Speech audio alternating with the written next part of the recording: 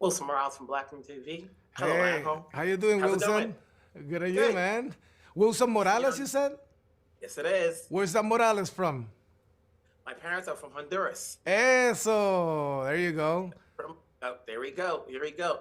So when you make this movie, how much leverage or how much latitude you had in putting in what you wanted? Because there's a lot of Mexican cultural references in here. That was it in the comic books? Or is that something you wanted to add in there? Well, thankfully the comic book gave us permission.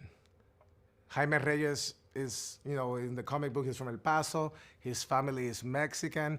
So right off the bat, we were lucky to one have a writer, Gareth Dunel Alcocer, who is Mexican from Querétaro, to write his authentic experience. And at the same time, one of the first agreements we had with DC Studios was that they can tell us how big the explosions are gonna be. You're paying for it. I'm not gonna demand anything you tell me, and I'm okay with that. I'm not gonna be that guy who wants more, more, more, more, more, as long as you don't mess with how Latino this movie's gonna be, because I don't want to limit myself from being who we are authentically. And they agreed, and we had fun, and that's what happens when you're free to be yourself. Having said that, when it comes to some of these comic book movies, it's always that when somebody gains powers and so forth, they have a hard time adjusting to it, whereas some other characters embrace it. And so it's almost the same trope. So even though we have a Latino individual out here, he's still following the same trope we see in other movies, of comic book references that, they're having a hard time accepting the responsibilities that are bestowed upon them. Did you want to do anything different? Well, we kind of like when we understand those tropes and they exist for a reason. There's the ones that get too excited. There's the ones that are learning to do it, but they're accepting it, right? The reluctancy is short-lived in a lot of these movies. And most of the time it happens in secret.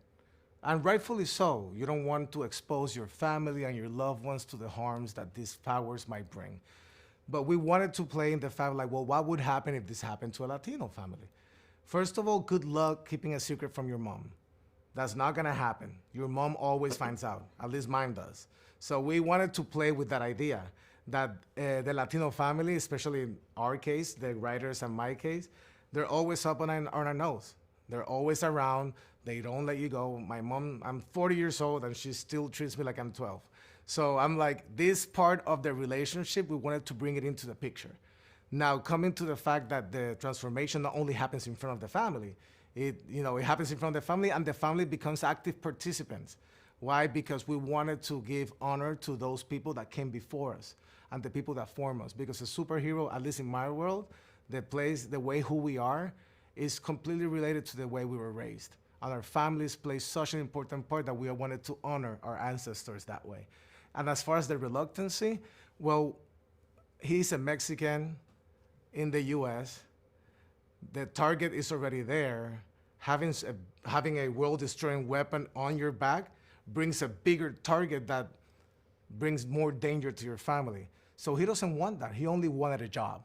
So for me and for us, we were like, okay, so let's make this movie about that reluctancy, about coming to terms towards the end. So instead of him accepting the destiny, like right in the 30 minutes in, we wanted to play this first movie as the first act of a saga.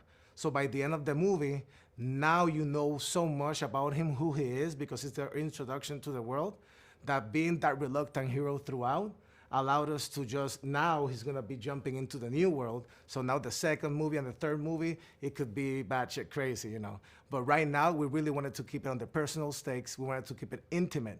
And we wanted to know what it feels like, the pressure of having something that just brings so much danger and attention, but what would it happen if you had your family to support you? Congratulations on this first big project for you, for Xolo, for the rest of the cast. Let's hope everybody benefits from out of this, so that way we can get Blue Beetle too. Hell yeah. I'm looking forward to seeing what you do next. So congrats again. I appreciate it, man. Thank you for the questions.